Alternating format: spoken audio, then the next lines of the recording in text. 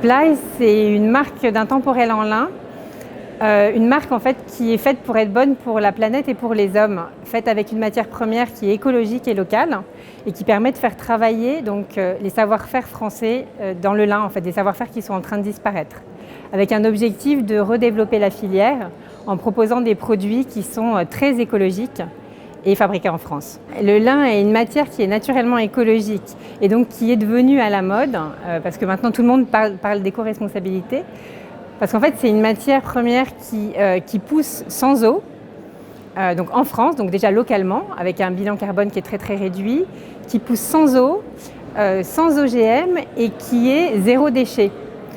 Le lin, en fait, c'est une plante qu'on arrache et tout ce qu'on récolte dans le champ est utilisé. Donc on en utilise une partie pour faire de la fibre, pour faire des vêtements. On utilise les graines pour faire de l'huile ou pour la consommation alimentaire. Et on utilise aussi tous les déchets pour faire des résines, des litières pour les animaux. Donc vraiment tout ce qui est récolté est utilisé.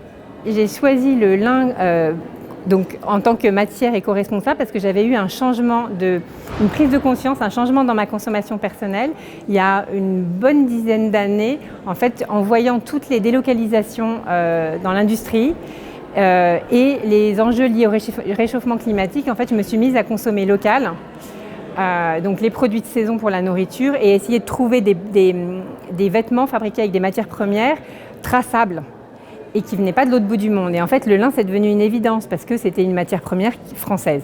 Donc, j'ai décidé de changer de voie. J'ai laissé tomber mon travail dans la banque, en fait, pour me lancer en me disant, ben voilà, il faut que je fasse quelque chose qui ait du sens. J'arrive pas à trouver des vêtements qui sont fabriqués dans une matière première locale et écologique.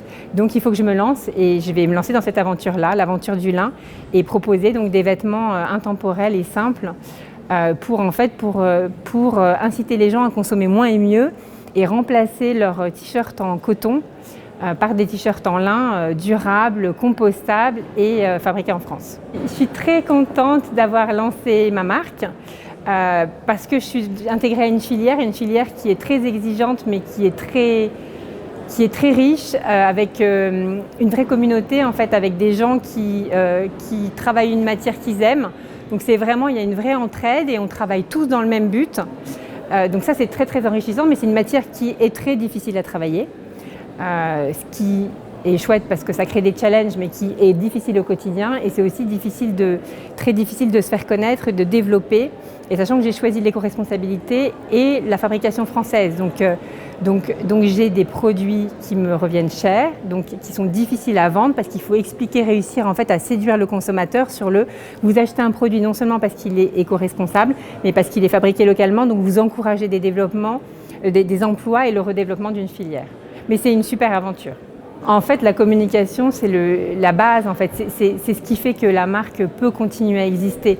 C'est en fait expliquer pourquoi on le fait et comment on le fait et avec qui on le fait. En fait, que ce qui fait la valeur du produit, c'est la matière première qui a été choisie et tous les gens qui travaillent sur cette matière qui ont une vraie valeur et qui font que le produit, en fait, la valeur du produit, c'est tout ça. Tous les gens qui ont travaillé dessus et cette matière première qui est super écologique et qui est locale.